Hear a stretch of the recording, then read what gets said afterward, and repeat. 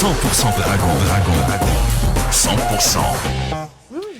Neil McIlroy, donc, qui est avec nous, toujours pour une Antonienne, Pierre Vergès qui est là. On est encore ensemble pour 7 minutes avant l'émission Coupe du Monde. Juste avant d'avoir Pierre Vergès, on a parlé déjà avec Neil de son parcours. Quel regard il pouvait avoir les dernières années, vous pouviez avoir sur les Dragons catalans? C'est une équipe que vous suiviez, vous aviez un lien depuis Clermont? Suiviez, déjà il faut découvrir parce que c'est quand même un modèle unique dans le monde de sport, je trouvais.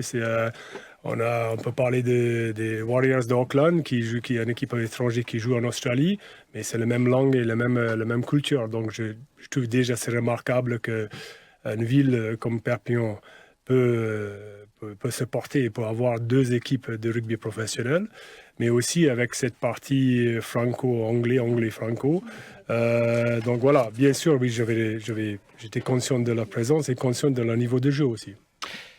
15-13, on va parler avec Pierre Vergès, resitué historiquement. Il va revenir sur un événement précis entre les deux sports, entre les deux rugby. The Clash of the Code, vous vous rappelez? Oui, je vois. Alors, c'était en 1996, époque charnière pour le rugby mondial, puisque le rugby à 15 est devenu professionnel, et le rugby à 13 crée la Super League. Les Britanniques, qui sont toujours un peu en avance sur nous, ils ont fait se rencontrer les deux codes pour un match événement. Bats qui dominait le championnat à 15 contre Wigan qui dominait le championnat à 13. Ils ont décidé de faire deux matchs. Un match avec les règles du rugby à 13 qui a eu lieu le 8 mai 1996 à Manchester. 20 000 spectateurs télévisés en direct sur Sky. Et là, Wigan, avec les règles du rugby à 13, a gagné contre Bats 82-6. Alors, pour vous donner un peu l'idée de ces deux équipes, Bats, c'est 6 titres de champion d'Angleterre à l'époque, 10 cups, il y avait Mike Catt, Andy Robinson, Phil de Glanville. Wigan, de l'autre côté, il y avait les stars, Jason Robinson, Andy Farrell, Sean Edwards, enfin Martin O'Fay. Et donc, le premier match rugby à 13, 82-6 pour les 13istes. Rencontre, match retour, 42 000 spectateurs à Twickenham pour voir les 13istes jouer au rugby à 15. À la mi-temps, ils n'ont pas touché un ballon, les 13istes, les preuves de force. À la mi-temps, ils sont menés 30-0. Et en deuxième mi-temps, renversement de situation. Chaque fois que les 13istes avaient un ballon, ils n'en ont pas eu beaucoup, mais ils ont marqué. Score final, 44 pour Bats, 19 pour Wigan. Neil, est-ce que ça serait pas une bonne idée de faire ça entre l'USAP et les Dragons?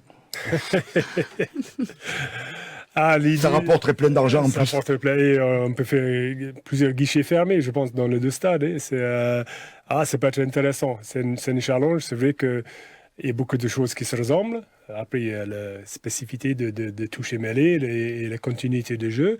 Et je ne suis pas sûr qu'un rugbyman de 15 peut tenir 55 minutes de jeu de temps effectif aussi. Donc, c'est ça qui est un sacré challenge. Mais oui, l'idée est intéressante. Et après, il faut choisir le maillot. Il y a quelque chose d'important, c'est que le rugby à 15 était professionnel que depuis un an. Maintenant, le format des joueurs de rugby à 15 a beaucoup progressé. Je pense que ça serait peut-être très intéressant, non? Oui, c'est intéressant. Oui, c'est vrai que quand on regarde la morphologie d'un rugbyman de 15 aujourd'hui, par rapport à un 95 quand le rugby professionnel a commencé, c'est rien à voir. Donc c'est un défi, c'est un challenge intéressant. On a lancé l'idée. Voilà. Neil, vous êtes allé à Neil McIlroy avec le staff à la visite de Toulon la semaine dernière. Dans quel but et qu'est-ce que ça a apporté? Bon, j'en ai déjà fait pas mal d'échanges comme ça dans le monde du sport, pas que dans le rugby à 15. Et on amène toujours les idées. C'est bien d'échanger. Des fois, on est rassuré de certaines choses. Et il y a toujours une idée qu'on peut partager avec le staff quand on revient à la source. Donc c'est intéressant pour le côté technique, pour le côté management, le côté médical et physique aussi. Donc c'était bien. Surtout, c'est toujours facile quand on arrive et on est traité comme le VIP et les portes ouvertes comme c'était accordé pour nous par Franck Azema et Pierre Mignoni. Justement, à défaut de faire un match avec l'USAP, vous avez mis l'idée, notamment chez nos confrères de l'Indépendant, vous souhaiteriez travailler plus avec l'USAP ici? Oui, choses à faire, qu'est-ce qui pourrait être fait? Je pense que Comme je disais hier, je pense qu'il n'y a pas de souci entre les deux clubs, ni avec le président, ni avec le staff technique. C'est peut-être juste une question de, voilà, qu'on se met autour de la table et on discute un peu les avantages pour chacun. Voilà, donc c'est peut-être quelque chose qu'on peut envisager. Pardon, Bruno, vous parlez du terrain, hein, l'entraînement, Ouais. voilà, qu'il peut y avoir des choses à échanger. Oui, je pensais, parce que les échanges entre les 13 et les 15 existent depuis longtemps, et donc il y a toujours les choses à apprendre.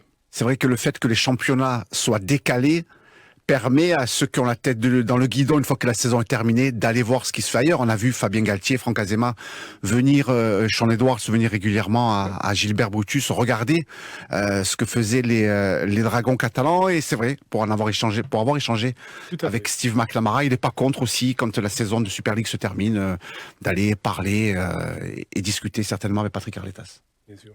Voilà, ça c'est un nouveau dossier, Oui, c'est une de vos envies. Oui, un dossier intéressant. Je pense qu'il faut que chaque staff technique trouve le temps, et quand il y a le moment un peu où il y a moins de stress et de pression. Mais je répète, je pense qu'il n'existe pas un souci particulier entre les deux clubs. Il faut simplement qu'on se réorganise. Vous êtes encore avec nous pour 2 petites minutes, justement la préparation des Dragons, l'effectif grossit, il y aura un peu plus de joueurs lundi. Oui, on vous rejoindre. Ouais, jusque-là, c'était très progressif. Donc, on avait plus une équipe de rugby à 7 pendant le mois de novembre. Et je pense qu'aujourd'hui, ils sont 9 ou 10, et on récupère les Français la semaine prochaine. C'est ça, Bruno. Et début janvier, il y aura ceux qui ont terminé la Coupe du Monde, les Anglais, le pilier tongien, le 3/4 centre australien, et exactement. 1 ou 2 recrues de plus. On se retrouve je pense que c'est le 2 janvier au Brutus pour se mieux connaître, pour discuter un peu la saison, et on partira en stage le dimanche 8 janvier. Demain, alors, je savais qu'il y avait une sortie vélo qui était prévue, elle est annulée ou pas? Oui, non, je pense que c'est maintenu. Voilà, il y avait des petits doutes sur la météo. Oui, ils annoncent beau, je crois, donc c'est maintenu. Après, voilà, peut-être des fois on cherche des excuses pour ne pas monter sur un vélo. Oui, voilà, c'est peut-être douloureux à certains niveaux qu'un rugbyman ne connaît pas. Voilà. En 30 secondes, on aura l'occasion d'en reparler avec vous, mais vous découvrez aussi la région? Ça vous plaît? Oui, ça me plaît. Je connais déjà un peu. On a pas mal descendu ici en stage, et donc voilà. Il a juste froid en fait. Voilà, oui, c'est un peu froid. Il y a le vent, mais ça c'est déjà accepté. Mais non, j'aime bien. J'étais bien reçu, bien accueilli, et je suis vraiment bien ici. Eh bien, plein de réussite avec les Dragons catalans. Merci beaucoup, Neil McIlroy, merci d'avoir été avec nous. Merci, Elisa. Bonne continuation et bon Téléthon, bien évidemment. On en parlera sur l'antenne de France Bleu Roussillon. Merci beaucoup, Bruno Antonienne. Merci, Cyril. Merci Pierre Vergès, je crois que j'ai pas dit. Non. Au revoir. Et à vous, Edith. Et merci Cyril Manière. Dans 2 minutes, 18h30, ça sera du ballon, mais du ballon rond avec le MAC de Pia Clément. Le MAC 100% rugby.